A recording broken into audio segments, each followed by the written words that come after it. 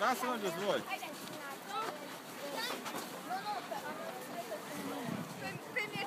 Echipaj de 4+1. Voi ce sunteți? Echipaj românesc? Da! Ia, echipajul românesc se pregătește. Deci avem Alisa, Maria, Silvia și Diana.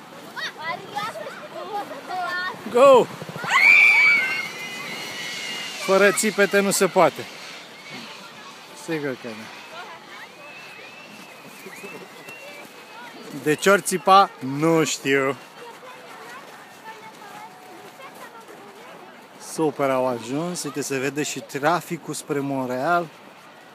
E groaznic. Trebuie să stăm aici până adorme toată lumea. Ok. Se pregătește și domnul Lucian. Ia să vezi acum ce viteză și ce tumbe face. Succes!